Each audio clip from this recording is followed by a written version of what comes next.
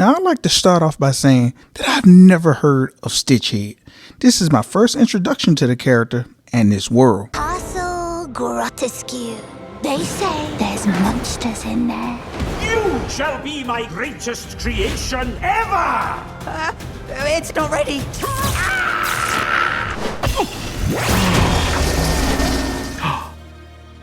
We did it! I did it! Welcome to almost life. But based on what's happening here, it appears like Stitchhead is the trusty assistant to this professor, who may be some sort of mad scientist who's trying to create the perfect creation. It also seems like Stitchhead is possibly the first of his best creation, and this professor is consumed with trying to outdo himself instead of taking a look back to appreciate what he's already created. Registered trademark patents pending.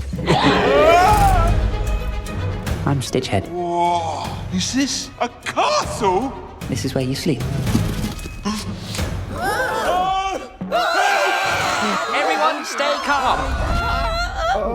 Creature, these are the monsters. Oi. Bedtime, everyone. And while I can't say for certain, but perhaps Stitchhead is the overseer of the other monsters that has all been built based on spare parts of humans and other animals. Now, why does this mad scientist do this? I don't know. I don't think that's important. I do believe the story here is that perhaps Stitchhead probably feels left out and not as important as the other monsters. And perhaps the mad scientist doesn't know what he truly has in Stitchhead. But I must say, this story seems intriguing. Story. The mad professor made you and all the other monsters here. The monsters were safe and Never left the castle. And that's how they live happily ever after. Now, from the looks of things, Stitchhead is attempting to give the other monsters a purpose for their lives and an opportunity to know their creator. Now, I'm not sure if Stitchhead understands his role, but he seems very valuable, even if he doesn't quite know it. Is life boring? I'll make you famous like you never believe. And the most brain-blowing show on earth! Take my hand. I think I know where this is going, and I could be wrong, but if I'm correct, this ringmaster or circus performer could be what Stitchhead believes is his ticket to freedom. Now, maybe he later finds out that the grass isn't always greener, but I think he's being taken advantage of by this circus guy who could promise him all the recognition he always wanted. But at what price? Up, up! They'll love you! Ladies and gentlemen, prepare to be terrified! Don't be scared. Aren't you scared? Of course not. No picking without paying!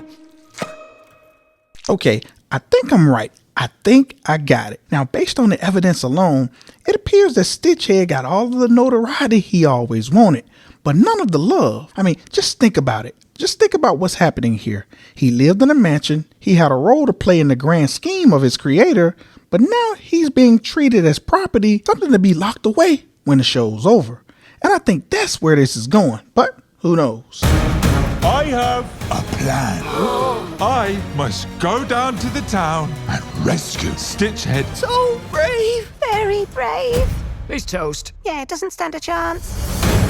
The castle is full of monsters, and monsters mean money. Okay, everything is coming together now. Now, I could be wrong, but it appears Stitchhead, being locked away like a slave whose only value is money, realizes that he had it better at home. And not only that, there seems to be a plan to even rescue him as told by the other monsters. And I think this is going somewhere, but hey, I could be wrong. They all live peacefully and there's nothing you can do about it!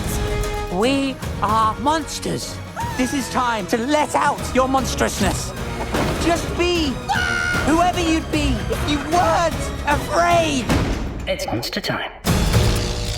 Although not a beat-by-beat narrative, this sort of feels like Jesus' parable of the prodigal son. You know, this going away for a better life and realizing I had it better at home.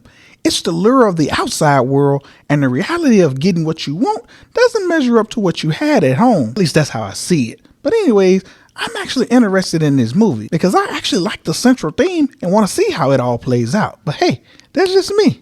What about you? However good the trailer is, it's never enough. And until next time, when CEDtalks horror.